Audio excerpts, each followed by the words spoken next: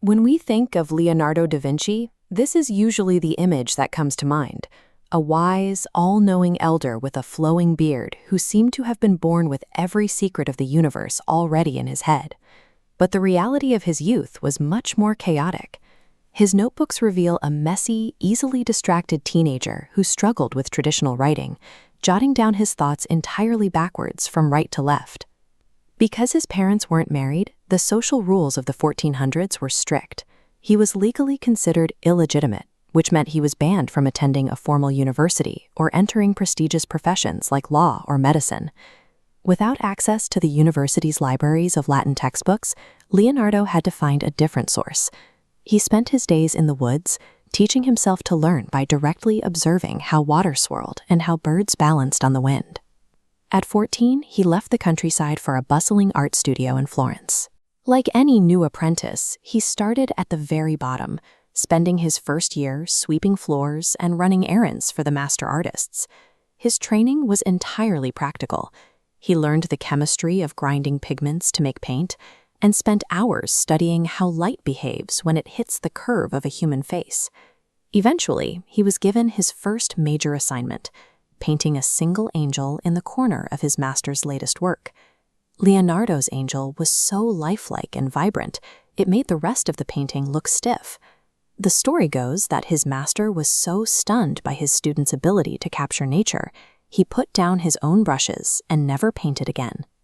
Despite his obvious talent, Leonardo's career was a mess of half-finished projects.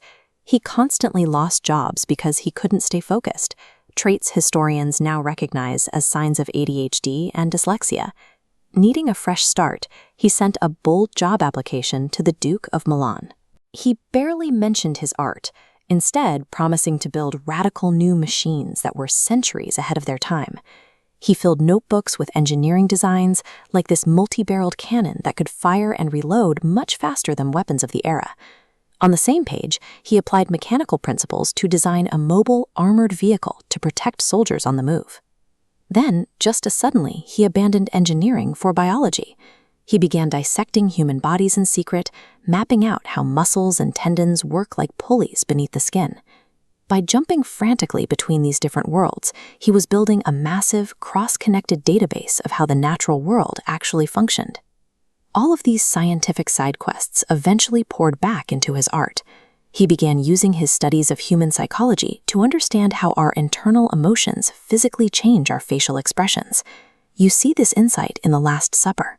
He captured the exact second a secret is revealed, showing 12 different, authentic emotional reactions at once. He also applied his studies of light and optics to create a technique called sfumato. By delicately blurring the lines of his subjects, he mimicked the way our eyes actually see the world in soft shadows. In the Mona Lisa, he layered this blurring technique with his knowledge of facial anatomy to create an optical illusion, a shifting smile. These masterworks were the technical product of a lifetime spent mapping the curvature of the human eye, the mechanics of a smile, and geometry of the physical form. It leads us to a fascinating question. How would history have changed if Leonardo had been forced into a traditional, rigid university setting? Because dyslexia made reading traditional texts difficult, Leonardo became a visual thinker. He processed the world through shapes and structures, allowing him to visualize complex machines that others couldn't even imagine. And while his ADHD traits made it hard for him to settle on one job, that same restlessness fueled the curiosity he needed to pioneer entire fields of science and medicine. He died feeling like a failure because so many of his projects were left unfinished, entirely unaware that those fragmented sketches would inspire the world for the next 500 years. The very traits that once made him a struggling outsider became the exact tools he used to design a future where humans could fly.